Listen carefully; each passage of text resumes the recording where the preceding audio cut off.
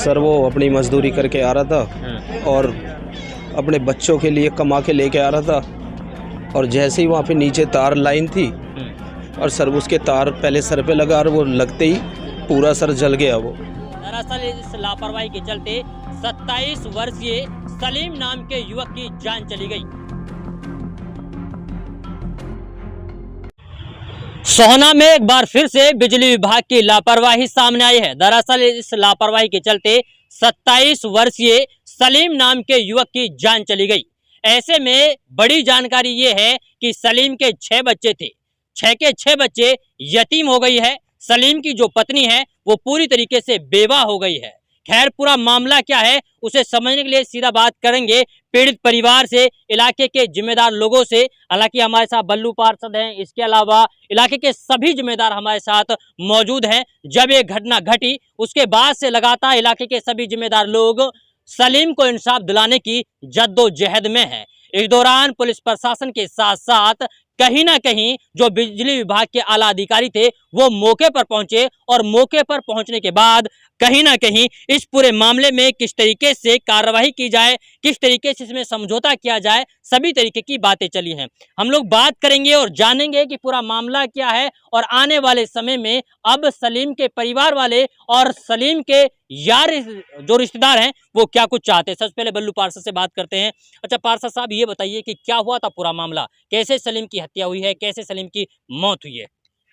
Sir हम कोठी पर थे उस टाइम, मैं और चौ साहब। तो जब हमें पता चला तो मैं एकदम घबरा गया और मैं सीधा हॉस्पिटल की तरफ भगा। चौ साहब और हम दोनों हॉस्पिटल आए। उसके बाद में चौ साहब और हमारे गांव के जो साथी थे वो सब वहाँ पे, जहाँ पे वारदात हुई थी वहाँ पे हम पहुँचे।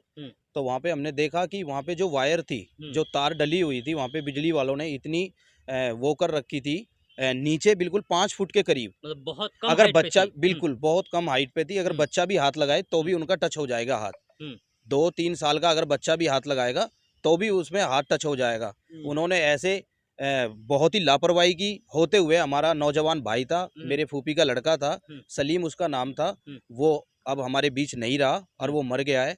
उसके 6 बच्चे हैं, उसकी बीवी है, बेवा हो गई है। सारे परिजन रो रो के थक गए हैं सुबह से, और अब हम इस टाइम उसके शव को लेने के लिए हॉस्पिटल आए हुए हैं, और सुबह से हम कानूनी कार्रवाई में लगे हुए थे। अब जाके हमारा काम पूरा हुआ है।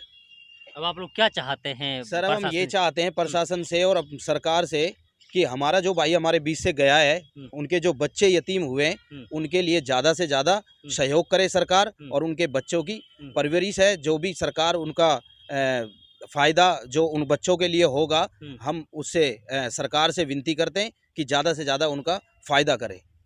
आप लोग यानी कि सरकार से, प्रशासन से कार्रवाई की मांग करते हैं और उचित मुआवजे की मांग करते हैं, ये आपका मानना है? जी, और उनके 2 छोटे भाई भी हैं, छोटे 2 बहन भाई हैं छोटे, जिनके लिए वो ही कमा के लाता था जब ही उनके घर में रोटी सिकती थी। 2 माँ बाप हैं, एक बेचारा दिमागी तौर से संतुलन खो चुका है वो अपना, और माँ है वो बेचारी बीमारी रहती है। तो मेरी सरकार से विनती है कि सलीम के परिवार को, उनके परिजनों को ज़्यादा से ज़्यादा सरकार उनकी सहायता करे। देखिए, बल्लू पार्षद ने बताया कि जो यहाँ पर लाइन थी वो कहीं ना कहीं बहुत कम हाइट पर थी और कोई भी उससे टच हो सकता था, लेकिन दुर्भाग्य की बात ये रही कि जब सलीम रास्ते से गुजर रहा था तो सलीम उस तार से टच हो गया और बिजली की चपेट में आने के चलते उनकी मृत्यु हो गई है।